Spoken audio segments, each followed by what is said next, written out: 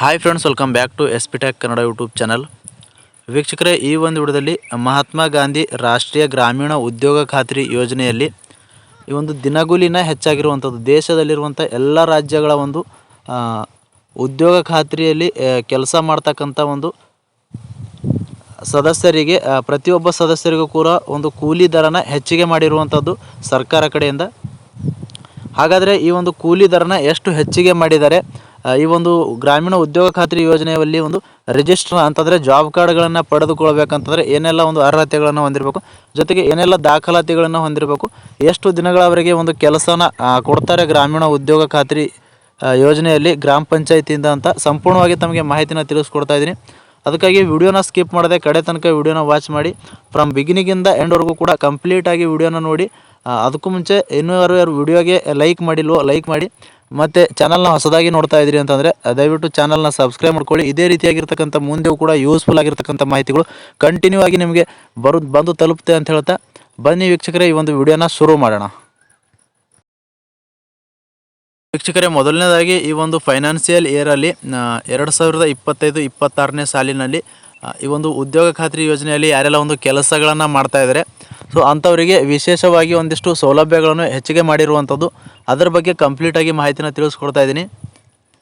ಮೊದಲನೇದಾಗಿ ಈ ಒಂದು ಉದ್ಯೋಗ ಖಾತ್ರಿ ಯೋಜನೆಯಲ್ಲಿ ರಿಜಿಸ್ಟರ್ ಮಾಡಿಸ್ಕೊಳ್ಬೇಕು ಅಂತಂದರೆ ಏನೆಲ್ಲ ಒಂದು ದಾಖಲಾತಿಗಳನ್ನು ಇರಬೇಕಾಗುತ್ತೆ ಅಂತ ಸಂಪೂರ್ಣವಾಗಿ ತಿಳಿಸ್ಕೊಡ್ತಾ ಇದ್ದೀನಿ. ಮೊದಲನೇದಾಗಿ ಯಾರೆಲ್ಲ ಒಂದು ಉದ್ಯೋಗ ಖಾತ್ರಿ ಯೋಜನೆಯಲ್ಲಿ ಒಂದು ಜಾಬ್ ಕಾರ್ಡ್ಗಳನ್ನು ಪಡ್ಕೊಳ್ಬೇಕು ಅಂತ ಇದ್ದೀರಾ, ಸೊ ನೀವೆಲ್ಲ ಏನೆಲ್ಲ ಅರ್ಹತೆಯನ್ನು ಹೊಂದಿರಬೇಕು ಅಂತಂದರೆ ನೀವು ಯಾವುದೇ ರೀತಿಯಾಗಿರ್ತಕ್ಕಂಥ ಗೌರ್ಮೆಂಟ್ ಅಂದರೆ ಸರ್ಕಾರಿ ಹುದ್ದೆಯಲ್ಲಿರಬಾರದು, ಜೊತೆಗೆ ನಿಮ್ಮ ಒಂದು ವಯಸ್ಸು 18 ವಯಸ್ಸು ಮೇಲ್ಪಟ್ಟವಂಥವರು ಜಾಬ್ ಕಾರ್ಡ್ಗಳನ್ನು ಮಾಡಿಸ್ಕೊಳ್ಬೋದಾಗಿರುತ್ತೆ. ಹಾಗಾದರೆ ಈ ಒಂದು ದಾಖಲಾತಿಗಳು ಏನಿರಬೇಕು ಅಂತ ನೋಡೋದಾದರೆ ಮೊದಲನೇದಾಗಿ ನಿಮ್ಮ ಒಂದು ಆಧಾರ್ ಕಾರ್ಡ್ ಇರಬೇಕಾಗುತ್ತೆ, ನಂತರ ಎರಡನೇದಾಗಿ ನಿಮ್ಮ ಒಂದು ರೇಷನ್ ಕಾರ್ಡ್ ಬೇಕಾಗುತ್ತೆ, ನಂತರ ನಿಮ್ಮ ಒಂದು ವೋಟರ್ ಐ ಡಿ ಬೇಕಾಗುತ್ತೆ, ನಂತರ ನಿಮ್ಮ ಒಂದು ಫೋಟೋನ ಬೇಕಾಗುತ್ತೆ, ಪಾಸ್ಪೋರ್ಟ್ ಸೈಜ್ ಫೋಟೋನ ಬೇಕಾಗುವಂಥದ್ದು. ಇಷ್ಟು ದಾಖಲಾತಿಗಳಿದ್ದರೆ ನಿಮ್ಮ ಒಂದು ಗ್ರಾಮ ಪಂಚಾಯಿತಿಯಲ್ಲಿ ಹೋಗಿ ಈ ಎಲ್ಲ ದಾಖಲಾತಿಗಳನ್ನು ಅವರಿಗೆ ಕೊಟ್ಟರೆ ಅವರು ನಿಮಗೆ 15 ದಿನಗಳ ಒಳಗಾಗಿ ನಿಮಗೆ ಒಂದು ಜಾಬ್ ಕಾರ್ಡ್ನ ಮಾಡಿ ಕೊಡುವಂಥದ್ದು. ಅದಾದ ನಂತರ ನೀವು ಜಾಬ್ ಕಾರ್ಡ್ ಬಂದಾದಮೇಲೆ ನೀವು ಕೆಲಸಕ್ಕಾಗಿ ಒಂದು ಡಿಮ್ಯಾಂಡ್ನ ಇಡುವಂಥದ್ದು. ಫಾರ್ಮ್ ನಂಬರ್ 6ರಲ್ಲಿ ನಿಮ್ಮ ಒಂದು ಕೆಲಸಕ್ಕಾಗಿ ಬೇಡಿಕೆನ ಇಟ್ಟು ನೀವು ಕೂಡ ಗ್ರಾಮ ಪಂಚಾಯಿತಿಯಲ್ಲಿ ಈ ಒಂದು ಉದ್ಯೋಗ ಖಾತ್ರಿ ಮಹಾತ್ಮ ಗಾಂಧಿ ರಾಷ್ಟ್ರೀಯ ಗ್ರಾಮೀಣ ಉದ್ಯೋಗ ಖಾತ್ರಿ ಯೋಜನೆಯಲ್ಲಿ ನೀವು ಕೂಡ ಕೆಲಸಗಳನ್ನು ಮಾಡ್ಬೋದು. ಹಾಗಾದರೆ ಕೆಲಸ ಮಾಡಬೇಕಂತಂದರೆ ಒಂದು ಕುಟುಂಬಕ್ಕೆ ಎಷ್ಟು ಒಂದು ದಿನ ಕೆಲಸನ ಗ್ರಾಮ ಪಂಚಾಯಿತಿಯಲ್ಲಿ ನಾವು ಮಾಡ್ಬೋದು ಅಂತ ನೀವು ಕೇಳ್ಬೋದು.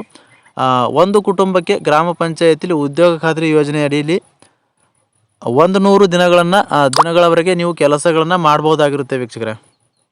ಪ್ರತಿಯೊಂದು ಕುಟುಂಬಕ್ಕೂ 100 ದಿನಗಳವರೆಗೆ ಕೆಲಸಗಳನ್ನು ಮಾಡ್ಬೋದು. ಮೂರನೇದಾಗಿ ತಮಗೆ ಒಂದು ಕೂಲಿ ದರನ ಹೆಚ್ಚಿಗೆ ಆಗಿರುವಂಥರ ಬಗ್ಗೆ ಮಾಹಿತಿನ ಕೊಡ್ತೀನಿ ಅಂತ ಹೇಳಿದೆ, ಅದರ ಬಗ್ಗೆಯೂ ಕೂಡ ತಿಳಿಸ್ಕೊಡ್ತಾ ಇದ್ದೀನಿ. ಈಗಾಗಲೇ ಏಪ್ರಿಲ್ 1 ಈ ಒಂದು ಕೂಲಿ ದರನ ಹೆಚ್ಚಿಗೆ ಮಾಡಿರುವಂಥದ್ದು.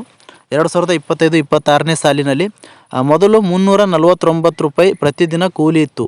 ಹೀಗಾಗಿ ಇವಾಗ 349ರಿಂದ 370 ರೂಪಾಯಿಗೆ ಏರಿಕೆ ಮಾಡಿರುವಂಥದ್ದು. ದೇಶದಲ್ಲಿರುವಂಥ ಎಲ್ಲ ರಾಜ್ಯಗಳಿಗೆ ಅನ್ವಯವಾಗುವಂತೆ 370 ರೂಪಾಯಿ ಪ್ರತಿದಿನ ದಿನಗೂಲಿ ಆಗಿರುತ್ತೆ.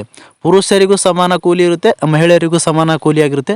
ಇದರಲ್ಲಿ ಮುಖ್ಯವಾಗಿ ಅಂಗವಿಕಲರಿಗೆ ಮತ್ತು ಗರ್ಭಿಣಿ ಮಹಿಳೆಯರಿಗೆ ಮತ್ತು ಹಿರಿಯ ನಾಗರಿಕರಿಗೆ ಅಂದರೆ ವಯಸ್ಸಾದವರಿಗೆ ವಿಶೇಷವಾಗಿ 50% ಕೂಡ ಒಂದು ರಿಯಾಯಿತಿನ ಕೂಡ ಒಂದು ಅಂತಂದರೆ 50% ಅಂದರೆ ಅವರು ಕಡಿಮೆ ಕೆಲಸನ ಕೂಡ ಮಾಡುವಂಥದ್ದು. ಹೀಗಾಗಿ ಇಷ್ಟು ಒಂದು ಸೌಲಭ್ಯಗಳನ್ನು ಕೊಡ್ತಾ ಇದ್ದೀನಿ. ಮತ್ತು ಏನಾದರೂ ಉದ್ಯೋಗ ಖಾತ್ರಿ ಯೋಜನೆ ಬಗ್ಗೆ ತಮಗೆ ಡೌಟ್ಸ್ ಇದ್ದರೂ ಕೂಡ ಕಮೆಂಟ್ ಬಾಕ್ಸಲ್ಲಿ ಕಮೆಂಟ್ ಮಾಡಿ, ಕಮೆಂಟ್ಗಳಿಗೆ ನಾನು ಉತ್ತರ ಕೊಡಲು ಪ್ರಯತ್ನ ಮಾಡ್ತೀನಿ ಅಂತ ಹೇಳ್ತಾ ಪ್ರಾರಂಭದಿಂದ ಕೊನೆಯವರೆಗೂ ವಿಡಿಯೋ ನೋಡಿದ್ದಕ್ಕಾಗಿ ತಮ್ಮೆಲ್ಲರಿಗೂ ಹೃದಯಪೂರ್ವಕ ಧನ್ಯವಾದಗಳು ಸ್ನೇಹಿತರೆ. ಮತ್ತೆ ಹೊಸ ಮಾಹಿತಿಯೊಂದಿಗೆ ಭೇಟಿಯಾಗ್ತಿರೋಣ. ಅಲ್ಲಿವರೆಗೂ ನಮಸ್ಕಾರ.